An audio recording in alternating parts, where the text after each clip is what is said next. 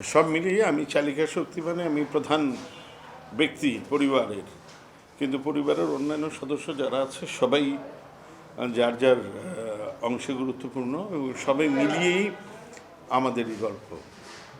তবে একটা খুবই আনন্দিত এই কারণেই যে আমরা দেখে এসেছি যে একটা সিরিয়াল শুরু হলে কয়েকটা পর্ব যায়, ধীরে ধীরে দর্শক গল্পের মধ্যে ঢুকে গল্পের প্রতি আকৃষ্ট হয়।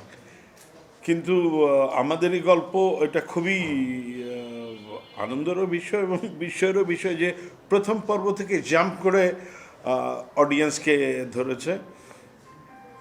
এতে আমার কাছে যেটা মনে হয় একটা বিষয় খুব স্পষ্ট, সেটা হচ্ছে আমাদের দেশে সবসময়ই যে পারিবারিক গল্প এটার একটা আবেদন ছিল সবসময়, 50 বছর আগেও ছিল, এবং মাঝখানে নানা আমরা কথা শুনেছি যে না আজকাল আর ওগুলো চলে না, অমুক তমুক এইটা, এবং সফলভাবে সেটাকে যদি উপস্থাপন করা যায় পারিবারিক গল্প, তাহলে দর্শক যে গ্রহণ করে। এবং মোস্তফা কামাল রাজের আমার কাছে মনে হয় যে তোমাদের গল্প ওখান থেকে এই যে ট্রেনটা শুরু হয়েছে এটা কিন্তু চলছে, মানে সঠিকভাবে পারিবারিক গল্প যদি উপস্থাপন করা যায় তাহলে দর্শক সমাদৃত হয়।